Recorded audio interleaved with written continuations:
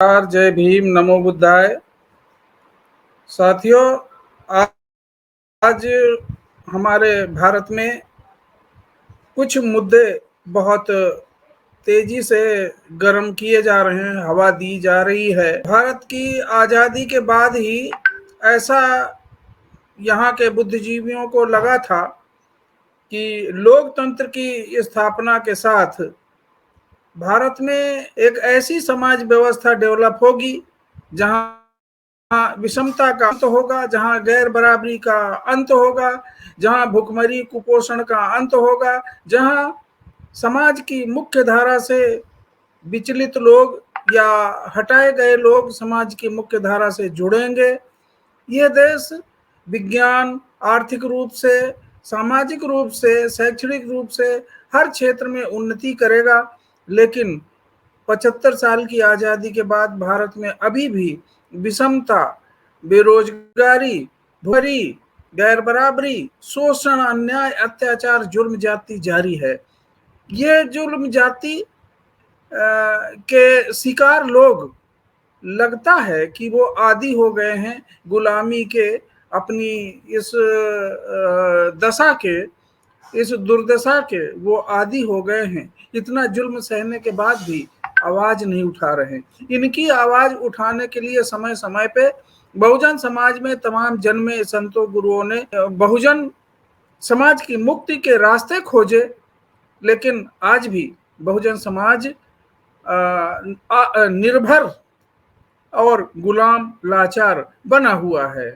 साथियों, यह जिम्मेदारी बहुजन समाज को मुक्त करने के लिए, बहुजन समाज के लोगों को समाज की मुख्य धारा में लाने के लिए बहुजन समाज के जागरूक साथियों की जिम्मेदारी और बढ़ जाती है। आज जब भारत का संविधान लागू है, धर्मनिरपेक्ष शासन प्रणाली, लोकतंत्र में ऐसी व्यवस्था, वोट के अधिकार की व्यवस्था, बहुमत के लोगों द्वारा ऐसी सरकार चुनने का अधिकार, वोट का अधिकार संविधान द्वारा दिया गया है। बहुजन नायक डॉक्टर बाबा साहब अम्बेडकर ने वोट का अधिकार देकर यह सोचा था कि इस समाज के पढ़े लिखे लोग, जागरूक लोग और ये बहुजन समाज के दबे कुचले लोग जब अपने अधिकारों को समझेंगे तो अपनी मुक्ति का रास्ता स्वयं खोज लेंगे। लेकिन ऐसा हो नहीं रहा है। तमाम जुल्म जातियां समाज में आज भी बरकरार हैं।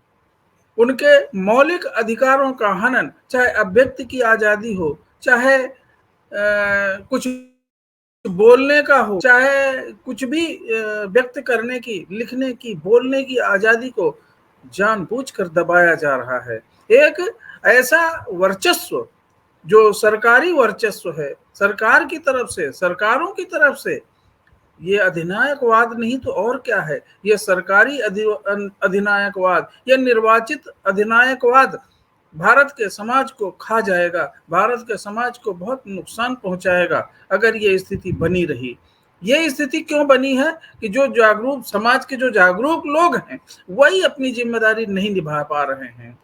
वो समाज का भला ना चाह के अपने निजी स्वार्थों के लिए, अपने अहम के लिए, अपने वर्चस्व के लिए, अपनी योग्यता को श्रेष्ठ बनाने के लिए अपने समाज का ही खून चूसने में लगे हैं। बहुजन समाज को ही शोषित करने में शोषक वर्ग तो कर ही रहा है, वो तो शोषण कर ही रहा है, लेकिन इन लोगों का भी बसम को शोषण करने में कोई कमी कोर कसर नहीं छोड़ रहे हैं। ये जो लोग हैं सत्ता के साथ लग के उनके चमचे कर और समाज के जो भी हित के काम हैं वो कराने में स्वयं के लिए, अपने लिए लगे रहते हैं। यह हितग्राही वर्ग, यह सुविधा भोगी वर्ग, यह प्रिविलेज्ड क्लास बनकर खुद जो है अपने ही समाज का शोषण कर रहा है।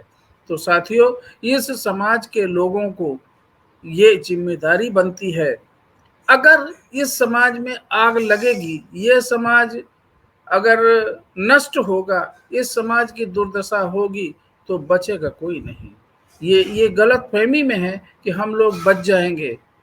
अभी विगत दिनों में ही जिस तरह से दिल्ली के प्रोफेसर, लखनऊ के प्रोफेसर, ऐसे लोगों के साथ बदसलूकी, ऐसे लोगों के साथ न्यायिक कार्यवाही, ऐसे लोगों के साथ चाहे एफआईआर के माध्यम से हो या शारीरिक रूप से क्षति पहुंचाने की बात है या उनका अपमान की बात है, लगातार उन पे हमले किए जा रहे हैं। जब यही लोग अभी थोड़े दिन पहले चुनाव के समय बहुजन मूवमेंट के खिलाफ, जो इस समय बहुजन समाज पार्टी के द्वारा बहुजन मूवमेंट की अगुवाई की जा रही, चलाया जा रहा है, पानी पी पी कर इन लोगों ने यूट्यूब चैनलों में खूब आलोचना करी। इन्हें क्या मिला? तो ये दशा और दिशा से भ्रमित लोग हैं कुछ लोग, जो अपनी जिम्मेदारी को ना समझकर बहुजन मूवमेंट लोकतांत्रिक के आधार पर सड़कों पे उतर कर ऐसी कोई अव्यवस्था नहीं पैदा करना चाहता। सामाजिक परिवर्तन, इससे अलोकतांत्रिक तरीके से सामाजिक परिवर्तन बहुजन मूवमेंट नहीं चाहता। बहुजन समाज पार्टी लोकतांत्रिक तरीके से जो संविधान में व्यवस्था है उस आधार पर सामाजिक परिवर्तन के आंदोलन को सफल बनाने में लगी हुई है। जो जागरूक साथी हैं उनको इस आंदोलन की मूलभूत भावनाओं को समझकर लोकतांत्रिक तरीके से, चाहे सोशल मीडिया के माध्यम से हो या लिखने के माध्यम से हो, बोलने के माध्यम से, भाषणों के माध्यम से है, वो अपनी जिम्मेदारी सकुशल उन्हें निभानी चाहिए और इस आंदोलन के सफल बनाने में अपना पूर्ण योगदान उन्हें देना चाहिए। कोई अच्छा भाषण दे रहा है, इसका मतलब नहीं कि वो समाज की पूरी जानकारी उसके पास है। समाज को कहाँ ले जाना है, समाज को कहाँ मोड़ना है, समाज को चाहिए क्या, ये इससे बिल्कुल स्पष्ट नहीं होता कि वो इतिहास का वेत्ता है, हिंदी का वेत्ता है और बड़ा प्रोफेसर है, बड़ा साहित्यकार है, बड़ा लेखक है या बड़ा बुद्धिजीवी है, बड़े हुदे पर है, कोई आईएएस है, कोई बहुत बड़ा आईपीएस है, इससे बिल्कुल मतलब नहीं है। कोई बहुत बड़ा नेता है, इससे कोई मतलब नहीं है। अगर वो समाज को सही दिशा नहीं दे सकता, समाज में विघटन पैदा कर सकता है, समाज के लोगों को एकजुट नहीं कर सकता, जो बहुजन नायकों का संदेश है संगठित रहो, अगर संगठन पे बल नहीं देकर लोगों को संगठित नहीं कर सकता तो उसकी सारी पढ़ाई लिखाई, उसका सारा लेक्चर, उसका सारा ज्ञान किसी काम का नहीं है। तो अब हमारे बहुजन समाज के जागरूक साथियों की जिम्मेदारी बनती है कि वो समाज के सही दिशा, समाज का सही आंदोलन को पकड़कर, सही रास्ते को पकड़कर लोगों को जागरूक करें और एक संगठन में ताकत बनाए, एक शक्ति बनाए। ये शक्ति ही, ये संगठन ही जो इस समय ऐसे तत्व जो वर्चस्व की लड़ाई लड़ रहे हैं वो नाकामयाब हो सकते हैं। हमारे संगठन में की शक्ति बढ़ने से, हमारी ताकत बढ़ने से बहुजन समाज बहुत बड़ा समाज है, इसको संगठित करना बहुत ही आसान है, मगर इन जागरूक साथियों को अपनी जिम्मेदारी निभाने के साथ ही ये संभव हो सकेगा। हमें अधिकार मिले हुए हैं। बाबा साहब ने अकेले संघर्ष किया था, उनके कंधे पे किसी हाथ नहीं था। आज बहुजन समाज के हर नागरिक के कंधे पे बाबा साहब का हाथ है, उनका संविधान है, वो उससे हमें संरक्षण मिलता है। हमें डरने की जरूरत नहीं है।